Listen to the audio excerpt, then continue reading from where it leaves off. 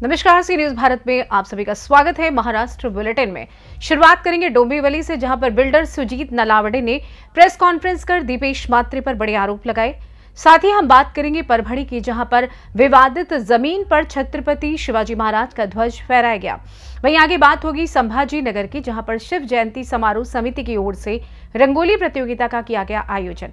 In तमाम खबरों पर करेंगे विस्तार से चर्चा। बॉम्बे हाईकोर्ट के आदेश के बाद 65 इमारत के नागरिक हताश होकर कल्याण जिला प्रमुख दीपेश मात्रे के नेतृत्व में कल्याण डोंबिवली नगर निगम के आयुक्त डॉक्टर हिंदू रानी जाखड़ के साथ एक बैठक संपन्न हुई।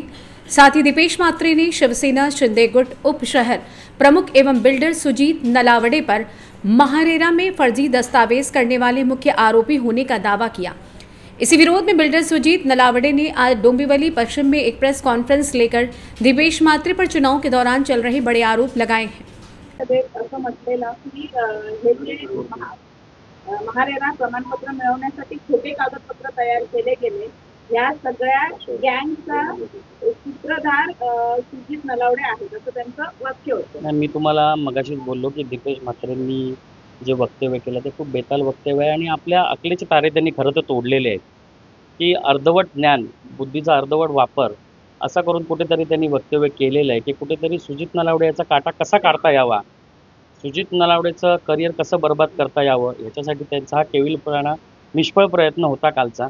मला त्यांची कीव वाटते आणि लाज पण वाटते की काही बोलायचं म्हणून त्यांनी हा काल प्रयत्न केला। मी मुळातच तुम्हाला सांगितलं की हे जे रेरा प्रकरणातील जे 65 बिल्डिंगचं प्रकरण आहे, ह्याच्यामध्ये जी रेराची सर्टिफिकेट दिलेली आहे ही मुळात रेराची सर्टिफिकेट ओरिजिनल आहे, पण त्यांना जे सबमिट झालेले डॉक्युमेंट आहेत हे नक्कीच फॉर्ज आहेत। पण या फॉर्ज झालेल्या ज्या परवानग्या आहेत, ज्या KDMCच्या जे स्टॅम्प आणि बनावट स्टॅम्पच्या आधारे वापरून ज्या परमिशन ज्या सबमिट केलेल्या आहेत, त्याच्या सर्व तुम्ही पडताळणी केली असं मी तुम्हाला एक सेट देतो। 70% परमिशन या 2018 ते 2020 मधल्या आहेत आणि ह्या 3 वर्षाच्या कालावधीमध्ये आम्ही एका खोट्या गुन्ह्यामध्ये ऑलरेडी जेलमध्ये। त्याच्यामुळे ह्या आम्ही जर जेलमध्ये असेल तर ह्या परवानग्या आम्ही जेलमधून बनवल्या का? आणि ह्या 65 बिल्डिंगचा जो तपास आहे हा ACP लेवलच्या एका उच्च अधिकाऱ्याने खूप चांगल्या प्रकारे केलेला आहे आणि त्याच्यामुळे मग पोलिसांच्या साशंकेवरती म्हणजे पोलिसांच्या कार्यक्षमतेवरती कुठेतरी प्रश्नचिन्ह दीपेश मात्रे यांच्यातर्फे होतो असं मला वाटतं। सुपारीचा आरोप केला तुम्ही मात्रेंवर? 100% केलेला। मी तुम्हाला परत एकदा सांगतो की सुपारीचा आरोप मी ह्याच्यासाठी केला की जे 2024चं इलेक्शन झालं त्या इलेक्शनमध्ये जेव्हा रवींद्र चव्हाण साहेब या इलेक्शनला उभे असताना मी नेहमीच रवींद्र चव्हाण साहेबांबरोबर प्रचारात असायचो। 2024मध्ये या इलेक्शनच्या वेळी त्यांनी मला परत भेटण्याचा प्रयत्न केला, त्यांच्या माणसांमार्फत मला भेटण्याचा प्रयत्न केला, पण मी त्यांना कुठे भेटलो नाही।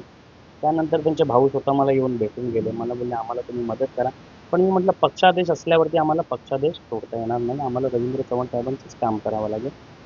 मग हे सगळं झाल्यानंतर जेव्हा रवींद्र चव्हाणांची एक बैठक आम्ही पुण्या डोंबिवलीमध्ये केली आणि रवींद्र चव्हाणांच्या त्या एका वक्तव्याला मी जेव्हा जोरदारपणे घोषणा दिली, त्याचा राग जेव्हा त्यांनी मनात ठेवला तेव्हा त्यांनी त्यांच्या बंगल्यावरती त्यांच्या माणसांसमोर जे त्याच्यातले काही माझे हितचिंतक आणि एका राजकीय नेत्याने म्हणजे एक राजकीय वजनदार नेत्याने मला फोन केला आणि सांगितलं की सुजीत नलावडे की तुझ्यावरती हल्ला होण्याचा त्यांच्या हस्तकांमार्फत यशस्वी प्रयत्न त्यांच्यातर्फे चालू आहे, तर तू कुठल्याही परिस्थितीमधून त्या रोडने जाताना तू स्वतःची काळजी घे। मी म्हटलं दादा मला काय असं वाटत नाही। त्याच्यानंतर मला वेगवेगळ्या लोकांनी असं एक 7-8 माझे मित्रपरिवार असते त्यांनी फोन केला आणि त्यांनी सांगितलं की तुम्ही गोष्टी एकदम हलक्यात घेऊ नका, तुम्ही पोलीस प्रोटेक्शन घ्या। त्याच्यानंतर मी परिमंडळ 3चे उपायुक्त साहेबांना पत्र दिलं।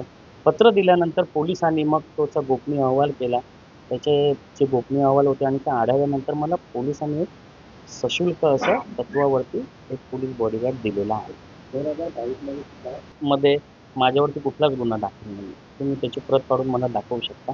2021ला मी बाहेर आलो, 2020ला मी बाहेर आलो, त्याच्यानंतर आजतागत माझ्यावरती कुठल्याही प्रकारचा गुन्हा हा माझ्यावरती दाखल नाही।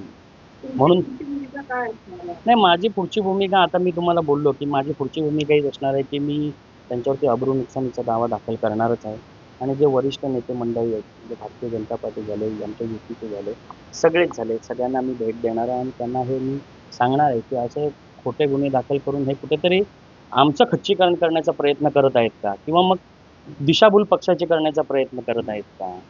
आज आपल्याकडे मला एकच सांगायचं आहे की 65 बिल्डर जे आहेत आणि त्यातले जे रहिवासी आहेत त्यांचा प्रश्न ऐरणीवर आहे. तर तुम्ही त्यांच्या प्रश्नांवरती बोलायचं पाहिजे. त्याला राजकीय रंगरूप देऊ नका, कुणीच द्यायला नाही पाहिजे.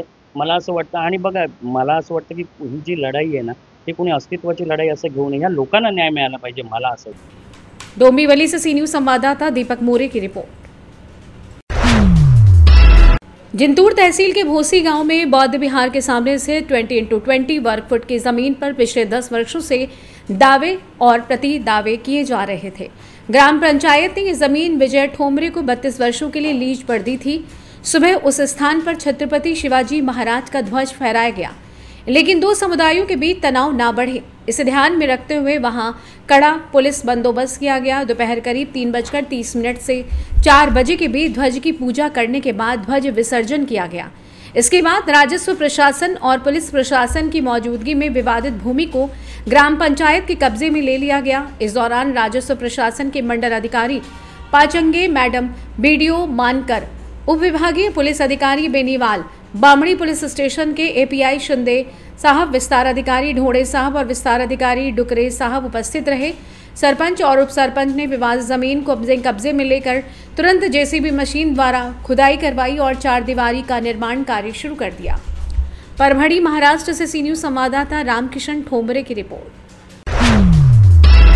महाराष्ट्र छत्रपति संभाजीनगर कन्नड़ तालुक में सार्वजनिक शिव जयंती समारोह समिति की ओर से आज शिव जयंती के दिन स्कूली विद्यार्थियों के लिए चित्रकला एवं रंगोली प्रतियोगिता का आयोजन किया गया।